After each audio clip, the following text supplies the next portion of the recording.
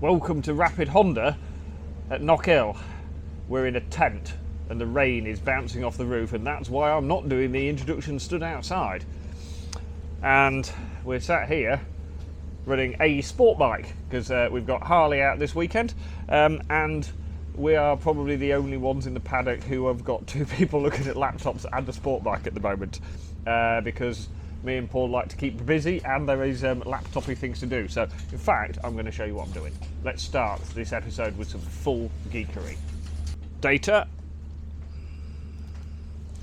McCabe, which is the Mectronic ECU like software for altering mapping and stuff. If I go into the data, down here I've got some lambda readings, basically your air-fuel ratio down here, and up here I've got throttle openings, and in the middle I've got some engine speed, some RPM. So this bike with this Mectronic ECU has a self-mapping function, so if you just leave it to its own devices, off it goes and maps itself. But the base map on the Aprilia is quite a long way from ideal to begin with, and so to speed up the process for the self-mapping, we are actually spending a bit of time writing a map for it.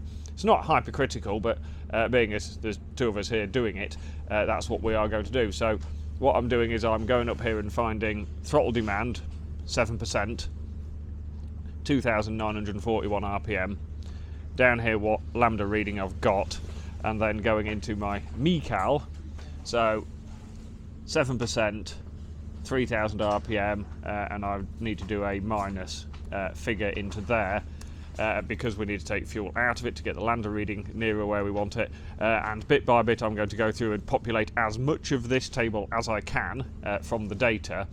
And then all the bits that we can't actually fill in from here, we're just basically going to go and smooth it off on the graph down the bottom so that it's all relatively similar in that area.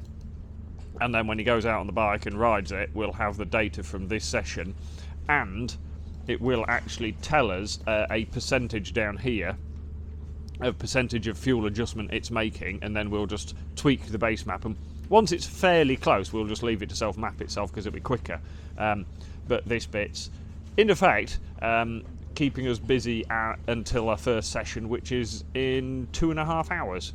So, until then, I'll carry on playing with my geekery.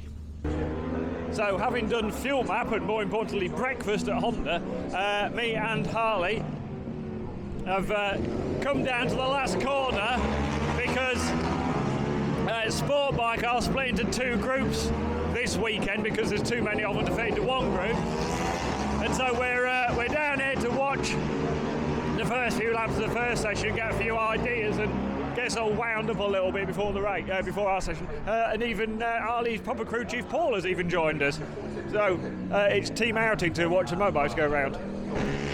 Probably the fastest man on track at the moment. Look how much.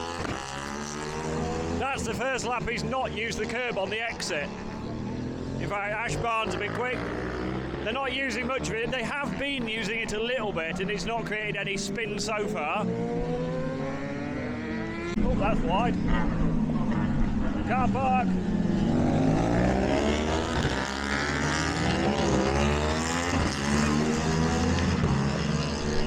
Harley's session is now on track. We did some good watching, picked up some useful pointers from the quick boys in the session before his.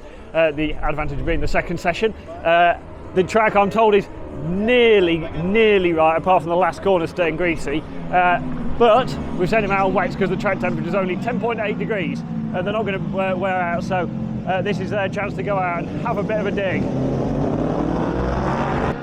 Oh, this is good. Harley's leading every lap at the moment. He's not actually followed anybody yet, but he is pulling in the pits. Good strong start, that.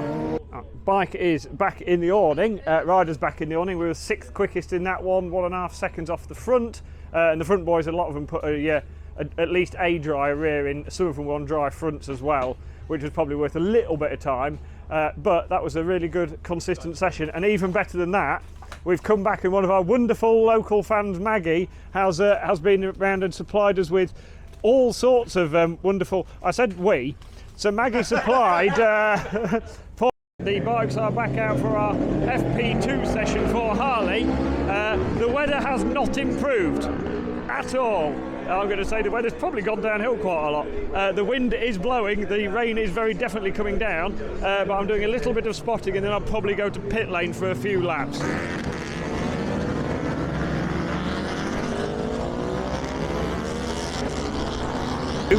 Seventh in that session, 1.7 seconds off, which is pretty good going, considering it's the first time here and the first time we've really had a good, like, full wet day. So, how do you feel? Happy enough. I mean, I've done all right today. Not where I want to be, obviously, but I'm getting higher and building and progressing. So, can't really ask for much more. Bike feels good, so it's all down to me now. Yeah. Where do you think the next step is then, if it's down to you? Just building. I didn't want to go out and do anything stupid, then it's on the FP2, but I needed to get a feel for it, so I put in a decent lap time, and I know I can go faster, so I'm not too worried. A little bit of a moment out the chicane one. Oh yeah, it came right round on me, but it kept going straight forward, so I'm alright, and bike's alright, so it'll be alright. Cool. Enjoying it though? Yeah, it's good fun. Is that actually good fun out there in the soaking wet? It is, but then now it's not, because I'm drenched, so now it's not the funnest, but it is when you're out there at the moment, isn't it? Yeah. Scott McPhee, I don't know if this mic's working. It should be working, shouldn't it, this mic? Yeah, so Scotland, you've come to the team and cleaned my fairings. So how do you feel about cleaning my fairings, mate? I think very good. It should be another 2 seconds on the track tomorrow, since they're actually a bit clean, since Harley can't clean them properly. I can clean them, but Scott just takes extreme pride in cleaning them, don't you, Scott? Yeah, it's what you need to do. Take pride in what your achievements are. Whoa. Wait a minute, come here. No, I believe this is your side, pal. No, I believe these spectacles are there. Look at that. Coming off straight away, mate. That is dire. That's fluff. It's fluff. Yeah, it's fluff, but you didn't clean it. You're meant to be cleaning it.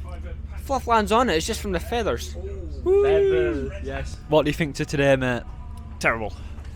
All right. Oh, sorry. I mean, okay. And I think Scott's done a really good job cleaning your fairings. I think that's been really good. I think me and Paul have done an excellent job. Don't drag me into it. And I think Team Boss Matt's also done a sterling job, and Rob's done a good job getting the bike clean. Yeah, so it's only really the rider that's a problem, I think. Paul, how do you think today went, mate? Harley, it went exceptionally well, and you're a megastar, and I'm sure that we'll have you picking up trophies in the next couple of rounds or so.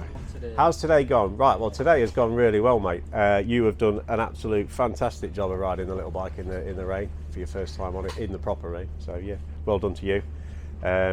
We've even had a boxing lesson, haven't we? I've taken over the role of Jim from the gym in doing your warm-up session. So tomorrow will be more adventurous boxing and Daniel LaRusso crane kicks.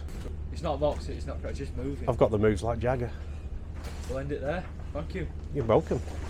And as the wind continues to blow and the rain continues to fall, like it has done all day here at Knockhill, that is the end of day one.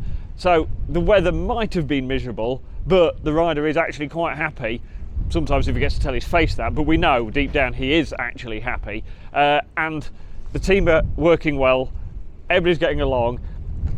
With it being like a little bit almost old school, like back to basics, just the basics of what we need to go racing, tucked out the back of the paddock. The atmosphere is quite relaxed, and so we're all having a good time. Harley's going really well. 6th and 7th in his 2 sessions are really good, and the bike's working. Everything is actually happy days, apart from the fact I've had wet feet now for about 14 hours. But that is the end of the day, and so it is time for me to go and have a hopefully warm shower and get my head down. I'll be back tomorrow for some hopefully slightly less wet track time.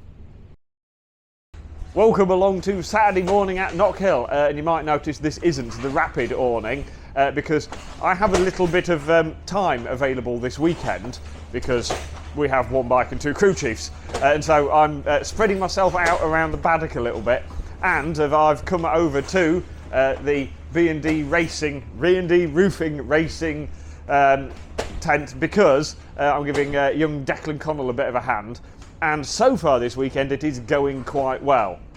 It is Deco's home round this weekend, and so yes, he has a very slight advantage of home territory, home turf, but realistically he's actually been going quicker and quicker all year, and so this is a culmination of a load of work last year, a good pace at the start of this year, and a little bit of home luck possibly. So Dacko is sat in the corner. It's not the naughty corner though, but he's sat down here with Kev, who does his rider coaching with him. And yesterday was a good day, 4th in both sessions and 5th overall when they put all the combines out, but really good sessions in the wet. We've got some bits to try today if it's wet, but it might be dry. And do you think if it's dry you've got an advantage? Well, actually, considering this is my home round and this is the track I've most likely done the most laps on, it's not my favourite as such. I think I would rather go to an open circuit like Brands and race. I find it really hard to pull a lap together here. It's all, you have to flow around the whole track. I think my lap time's good enough for top 10 possibly, but obviously you know yourself, the fast boys go anywhere and be fast. So I think the weather's going to hold off for qualifying. Hoping for wet for the race, but it's Knockhill, so it might snow. Kev, you've now been working with Deco for a couple of years, and in the past you've helped Chrissy and a few other riders out, and right, you've obviously seen something with Deco that makes you think, right, this kid can go really fast. Yeah. What do you think it is that sets apart the really quick lads? I think for me, little things like, probably my best example is at Cadwell last year. He had a crash in qualifying, turn 1, had a right mess of the bike, and they rebuilt it overnight, got him ready for warm-up. A little issue in warm-up, and so they went straight into the race blind.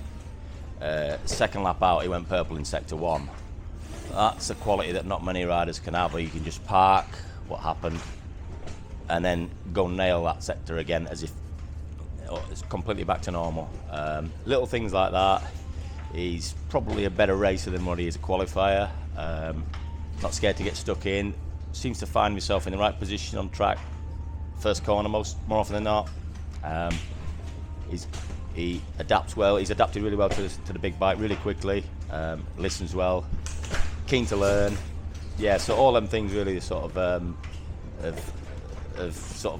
attracted me to helping him and keep me coming every week to see what I can do to keep him on track, really.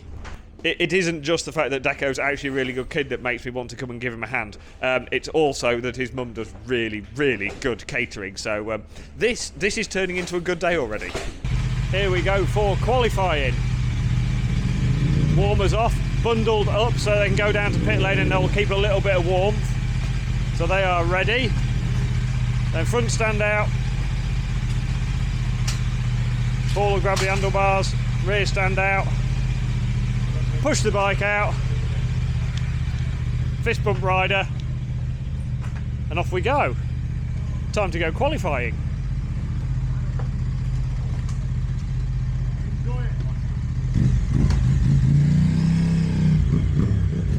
Just before I go to the last corner to do a little bit of spotting, after he'd watched the other bikes going around, we did some drawings of the last corner. So braking markers, where Ash Barnes was braking, where the majority of people were braking at like basically the 150 board, the diagonal line towards the apex. The diagonal line means your braking area is longer, and here there's a lot of camber like in this section of the corner, so you can push the front in really hard there. And then the line out. Harley drew the line out going across the curb. I drew the line out going straight, because we actually want to be going as straight as you can and just use a bit of curb if you have to, basically. So we're trying to make the straights, we're basically giving ourselves as much straight as we can on the way in and the way out, because that means we can be on the brake harder, on the throttle harder, because your mid-corner speed here, the corner's so slow, is worth very, very little.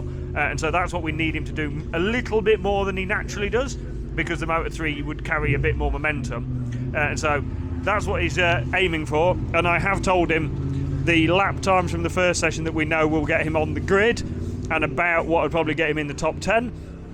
But I have also told him if he's riding around in what appears to be about 30th place, I would rather he took the front at the hairpin trying to go fast than ride around thinking he's safe and just like being conservative. We need him to sometimes get pushed out of his comfort zone a little bit. Right, here they come. First lap out the gate, and Harley is third, so he's out the front. It's a good place to be, because if there's quicker people on track, they'll come past him.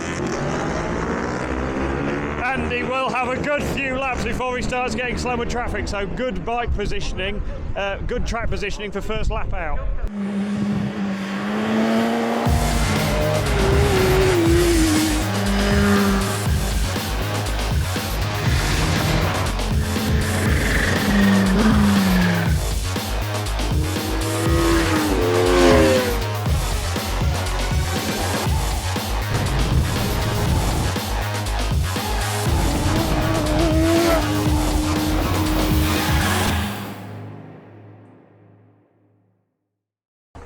As you can tell, we have a bike in many pieces, but this is normal after a session, and this is actually about to go back together. So qualifying didn't quite go to plan. We had a little bit of a cutting out issue, or a bit of a stutter from the bike, and so Harley came in and we made a map change, and he went out and tried that, and it was still getting the same issue. But it turns out, because we had the same gearing we ran yesterday, which is relatively short, because, well, the straights are short at Knockhill, and yesterday it was wet, that gearing obviously in the dry, the gear pattern he was using yesterday doesn't work, and so he was clipping the limiter a bit too much, and the limiter on these is really harsh and almost turns the bike off. It's really quite horrible. So we've had a little bit of rider education about the limiter and the way we need to keep away from this, and on the laptop we've also changed the throttle map so that when you get somewhere near the limiter it actually turns the throttle off. So before it actually hits the limiter it basically gives you a really big warning, because it won't go any faster anyway, so you definitely have to change gear.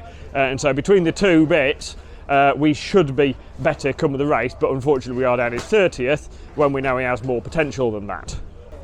In better news though, we do have 3 races this weekend, because we have one carried over from Alton Park, and so we have 3 attempts to go quicker this weekend, and that's quite useful because we can keep trying little bits and keep pushing forwards and hopefully keep progressing up the field. And in even better news than that, Declan, who I went straight from qualifying from us straight back down to pit lane for Decos, we made a couple of little changes in the middle of the session. It was a bit of a chaotic session because they had some rain blow through and then it dried and then everybody went faster, but we got 4th, and so that is very, very impressive because he's behind Luke Mossey, Ilka Mikkelchek and Tom Ward, who are all easily Superbike level riders, and they're all fast and they're all on very good equipment, and so for Deco to be sat behind them on the grid is very impressive. But I'm just waiting for him to finish doing a track map, and then we can talk to him and make a bit of a fork or a chassis change, because his complaint now is that he's on the edge of losing the front pretty much everywhere.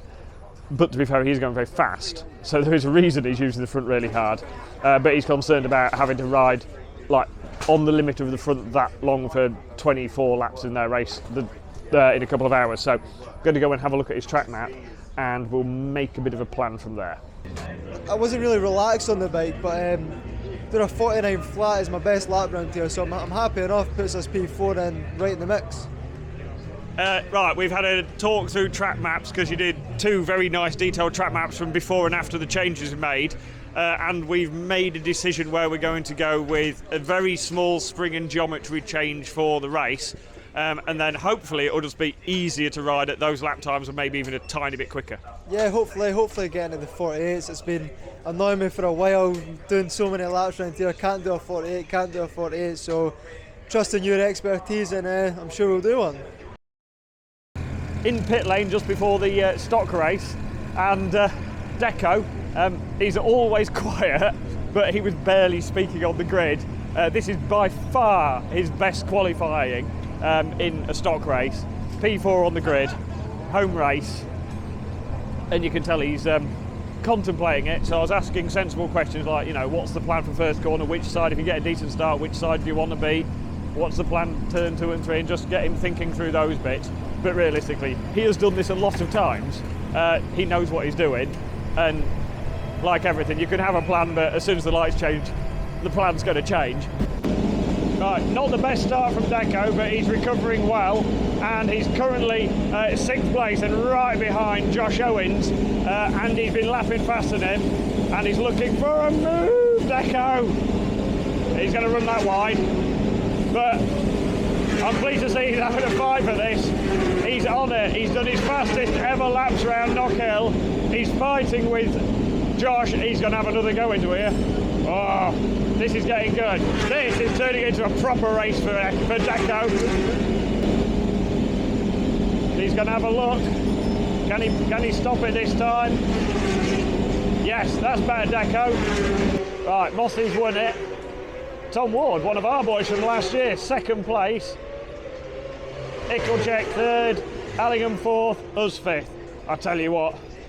Oh, happy with the 5th place though. That'll do, won't it? Definitely, yeah, that was brilliant. Yeah. Brilliant. Fastest ever lap into the 48s, which you wanted as well. For sure, yeah, he's been looking for that for a very long time, guys. Yeah. He'll be happy. Even though he's got a 5th, he'll be happy, definitely. Right, we can hear the Supersport race starting behind us, but we don't care about that because the Stocks is clearly the most important race of the day, and you were 5th, Deco. That was mega. Yeah, it was a very good race. Josh and David Allen came past me as I expected. Good riders. Thought I'd follow them for a few laps, got my rhythm, caught Josh past them. If I had a few more laps, I think I would have had David as well. But it was a good race, and yeah, I'm buzzing. P5, best position. Yeah, I think it's a PB position, so yeah, buzzing. And finally into the 48s that you wanted. Well, yeah, finally into the 48s. No idea how it came, didn't do anything different, and I seen a 48, so racing for you, Dave, innit? It's been a few hours since our race. It did not go to plan at all. Reasonable start, picked off a couple of riders in the first couple of laps, and then we hit what appears to be another Mectronic electrical gremlin, and the bike was cutting out and doing some weird stuff, and so unfortunately retired because it wasn't rideable. And we've been on the dyno and couldn't replicate anything, and so now me and Paul are both looking through data, which has taken some time. But I have been to see Deco again and have a bit of a debrief with him, so we've made a couple of plans. But more importantly, when I went to see Deco, cake. And I don't know if I've mentioned before, but I quite like cake. So that was a very worthwhile visit. The cake is now long gone. Paul is about to be long gone, and I'm not going to be far behind. Because we've been trawling data, and I found something terribly interesting, if you're of the correct disposition for this. And so get ready for full geekery. Marvel at my mini squiggles. So, white lap, our overlay lap, is the lap before we had an issue in the race, and the colourful lap is the lap where things went a bit wrong. And you'll see here, this basically is where Harley knows there's a problem and has rolled out of it and slowed down. So the area we need to look at is here. This has taken several hours to twig what's going on, because you go through many different scenarios of what it could be. And of course, as standard, is at some point you blame the rider, because that's the easiest solution. Annoyingly, it turns out it's not the rider. And so I'm just going to scroll out of that a little bit. Right, so, and in the middle there, these coloured lines up here, if you follow my little cursor, these little lines up here, these are the throttle openings. So they're relatively similar. He got a clear lap, the faster lap, so he's on the throttle a little bit harder, 100% throttle. The lap before he gets to 100% throttle, fairly similar RPM, fairly similar speeds, and most importantly at this point, fairly similar air-fuel ratios. Tiny bit different, but pretty similar. That lap before 0.9, which is absolutely bang on, and the next lap 0.94, which is a tiny bit lean. But then we go and look at this line. These are front and rear wheel speeds, and you'll notice a little bit of a wheelie there, so that's why you get that one. And then we've got the throttle open up here, but you notice down here the lap we're really interested in, the bike doesn't really accelerate. It gains a tiny bit of speed, but the lap before it accelerated more, and we're at this point very, very similar throttle opening. If we scroll forward to here, so now we're lap before about 40% throttle. This lap 100% throttle, which actually gives us 85% at the actual throttle body because that's all we're allowed. But lap before 40% gives a little speed increase. This lap, no speed increase. We're not gaining speed at all. In fact, when I looked at the RPM, we actually started losing RPM with the throttle wide open. So that signals there's an issue. And then if I look down here at my air fuel ratio, the lap before 40% throttle, 0.86 air fuel, and this lap 1.14, which is spectacularly lean, which basically means there's no fuel going into it, or very limited amount of fuel, which may be one cylinder. It's probably both cylinders. And this is where we run out of some of the logging capacity, because the loom doesn't have the option to have fuel pressure reading, so we don't actually know how much fuel pressure we've got, which is annoying, because what I'd like to know at this point is this a throttle body issue, as in the injector's not injecting, or is it a fuel pressure issue? Now, we've not got any diagnostic telling us that there's actually anything wrong with voltages in any of the systems, so we have to go on the assumption that it's a component issue, which would then generally lead me to think the main culprit would be fuel pump. So we have changed the fuel tank and the fuel pump that's in it. Slightly annoyingly, it does actually fix itself later, because it just does, because motorbikes are like that. And so, for example, on the next lap, in fact the in lap, we'll get rid of that, on the in lap, for example, flat out down the back straight, 100% throttle, air fuel reading of 0.899, which is absolutely bang on the money.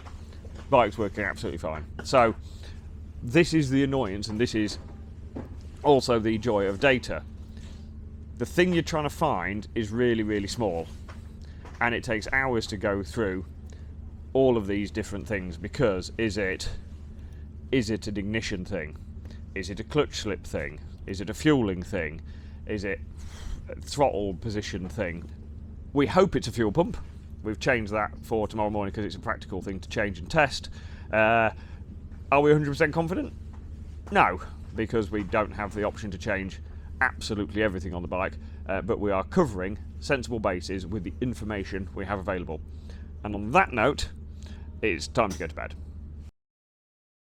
Welcome to Sunday morning at Knockhill. This morning has not gone to plan in the rapid awning, because the crap wiring loom that we have to buy from Solo Engineering, that we have to ride, it is in the rules, we have to run that wiring loom supplied by Solo Engineering, is a piece of junk. There you go, I've said that out loud, haven't I? Right, bearing in mind this bike is pretty new, it's not done a lot of mileage, and yesterday we had the issue that we traced to it running really, really lean. So changed the fuel pump, changed a couple of other bits, started the bike up this morning and it's running on one cylinder, which clearly is not supposed to be doing. And then Paul had a quick look at the data and it was running really lean again. So we go, nice thing is, the fault, whatever it is, has shown up again. So we've got a chance of finding it. The only problem is finding it has taken quite a lot of work. And all this happened not long before morning warm-up, because there is a curfew on noise, so we can't start the bike particularly early. So far this morning, we have, and we're using the Royal we, mostly Rob, has changed the throttle bodies. That coil, because it was number 2 cylinder wasn't running. Coil, plug, throttle bodies, a few other random small items, and we still couldn't get it to fire on 2 cylinders. And so what we ended up doing after a while was just basically looking through a load of electrical connectors and bits. Couldn't find anything wrong, but then it started running on 2 cylinders, which it's nice to fix the problem, but it's better if you know how you fixed it. And so then we started routing through exactly where we could find any issues, and you can see Rob electrical taping up the wiring loom. So let's show you a bit more detail. So part of the regulations is we have to run the Solo Engineering supplied wiring loom to go with the Mectronic ECU dash and all the other stuff that they supply. But it is very specific. On the 600 we're allowed to use any wiring loom we want, so we have a proper race spec, actually good wiring loom that fits the bike properly made. These ones are crap. basically, the way the loom has been designed, I think it's been designed to run pretty much where the road bike loom runs, but it doesn't fit as well as the road bike loom. And more importantly, the protection on the loom is really, really thin. So if it touches anywhere, it rubs and then it goes through the wiring.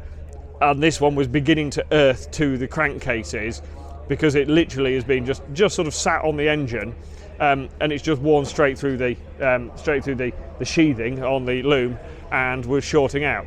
And this bike has not done a lot of mileage.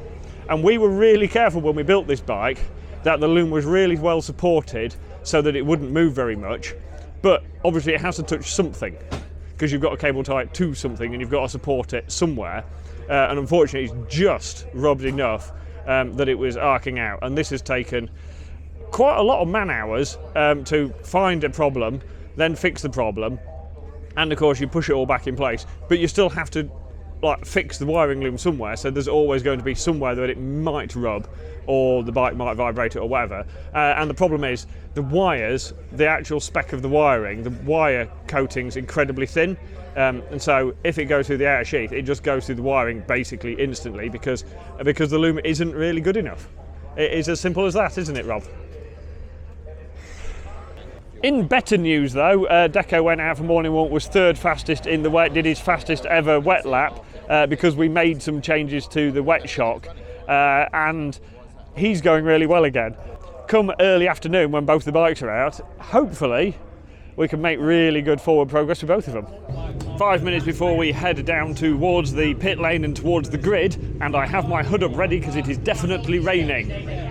Paul's ready, he's got his knapsack with his lunch in it. Rob's ready, the bike is ready. Matt's pacing around outside, which means he's ready. Where's the rider? Rider's looking chilled, so that's kind of how he is, so he's ready. So I think it's fair to say, I think we're ready. Let's go racing. Bikes are on the grid. We're starting in 32nd place, which is not very good. But in more positive things, Rory's walking past with a tin. You can get a lot of tea in that, can't you? Yeah, I don't know, quite a lot of Monster, I think. Yeah. I've actually got tea cake in there in a minute. Oh, I'd love a tea cake. Well done, mate. As you can tell, bikes are setting off on their 2 warm-up laps. So, so now it's getting quieter because the bikes have gone on their 2 warm-up laps. Right, there's 20 laps around here. It's definitely wet. So, fingers crossed, everything is just going to keep working for a change. And he just needs to do what he did on Friday, get comfortable in it and just try pushing the braking markers a little bit, and he will find his way through a lot of this field. Race report, steady start, took him a few laps to get going. He was basically sort of stuck at the back of a group that were basically messing each other up constantly, and elbows were out and all the rest of it, but then they sort of all, I think, messed each other up. He managed to get to the front of that group and then just dropped like 3 seconds a lap. And actually started catching the next people up one by one, and finished just outside the points, which is pretty good going when you started 32nd. Just a really good, consistent, sensible ride, and it means I think we're probably 19th or 20th on the grid for the next races enough lap times. So that is a very good recovery from where we were at the start of the race. So well done, Harley. I mean, I just got caught for about 4 or 5 laps. It's like when someone's not as fast, it's a bit unpredictable, do you know what they're going to do, so I didn't want to do anything stupid and just take somebody out for the sake of it. I knew that I needed a lap time, so by the time I got past him, there's a bit of a gap. I think I had 4 or 5 seconds to next riders, and they were quite spaced out with that gap, and I managed to get maybe 4 of them, 5 of them. So I did alright, I got a decent time, but if I'd have just been half a second faster, I'd have been on, where would I have been on grid? 8th, somewhere, 7th on grid, but I've got to start 20th because of half a second. So. Well, when you find the half a second in this and go top 10, that's the idea, isn't it? Yeah, exactly. I want better than a top 10, I want a top 3. I want a podium. I mean, I like the confidence. From 20th, that would be out of a ride. Yeah, it would be quite a good ride. But yeah. I don't see why it can't be done, Dave. Quite right, mate, quite right. And almost as soon as we finished Sportbike, I'm heading back to the grid because young Deco is very much towards the pointy end of the grid, and it's raining, and I think he's got an even better chance in the rain of getting a podium than he did in the dry. I think we can put him on the box, which would be awesome. But we've got 24 laps yet in the rain, so yeah, let's see what happens next. I'm not calm, Ali, are you calm? Actually, yes I am, for once. I think because Deco was very calm, he seems pretty confident, so I feel confident. We're currently 5th, so that's 2nd, 3rd and 4th, so Wardy, Josh Owens, Mossy, then us. Michael Chexter out, disappeared up the road a little bit, but we are properly in the mix for 2nd place. Finn Ascot was behind us and catching a little bit, but it's tipped off, so I'm going to put it out there, the closer you get to the front, the more nervous everybody gets. That was quite a nervous race. The group, he was with the group and he hung with them really well for most of the race, and just the last few laps the gap started getting a little bit bigger, but he had a 7-second lead over Matt Trulev behind him, and I think was just maybe a little bit sensible the last few laps and took a tiny bit off the edge, probably, hopefully, but whatever it is, P6, P5 again, that is awesome. Well done, Deco. Top 5 in the dry, top 5 in the wet. That's not bad going, is it? No, well, 2 best results I've ever had in stock thousand, so I'm buzzing, to be honest. Yeah. How difficult was it in the wet? I couldn't hardly see, to be honest. Everyone was the same, but the spray was really bad out there. A lot wetter than it was in FP2 yesterday, and we're about a second faster than what we were, so happy with that. Just didn't have enough pace to catch the top 4 boys. Decided to sit 5th, smart enough, so yeah, 2 top 5s, happy with that. How well did the bike work? Bike worked mint, to be honest. Best I've ever rode in the wet. Smooth. No, I think I had one moment through rider error, but no, bike was mint. Cool. Well done, Deco. Cheers, Dave. Oh, more importantly, Brands Action Ace, and you like Brands, don't you? I do like Brands. We worked well together at Brands last year, so hoping for some more this year. Right, bikes lining up on the grid. There we are, slotted in on row 7. He's looking forward to this. He told me he was excited to go and race his motorbike, even in this weather, the lunatic. Right, green flag at the back of the grid, waiting for the lights. Let's have a decent start for a change. Come on, Harley. Not too bad. Best start of the weekend, I'd say. Good little race that. Started 20th, steady first couple of laps again, which we need to maybe address that it takes him a little while to get going, but then picked himself up to 16th at the finish and was right on the tail of the lad for 15th. The point would have been lovely, but a decent race at the end, that ball, wasn't it?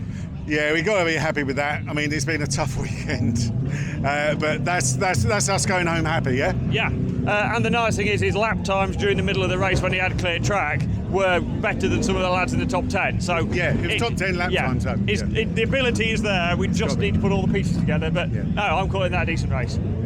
Yeah, it was all right. It just took a bit too long to build into it. But once I started getting my feet, started picking everyone off, and obviously I caught a group like 2 laps to go, but it just weren't enough to get past, you know. But caught them, so I'm not too bothered.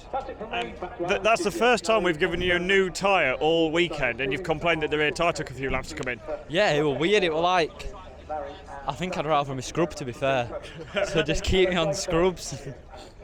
Oh, that makes life cheaper for us. Exactly. Yeah. Good ride, that mate. Good build. Onto Brands Hatch. Yeah, exactly. Hopefully better weather. Well done, mate. Cheers. So with the rain continuing to pour down at Knockhill, that is the end of our BSB race weekend. It has been wet a lot, dry occasionally, frustrating in fairly big measures, mega in some measures as well, and actually generally mostly good fun because the team are awesome. So I hope you've enjoyed it, and it's time for me to do some packing up. So thank you for watching, and join us again next time for some more motorbike fun.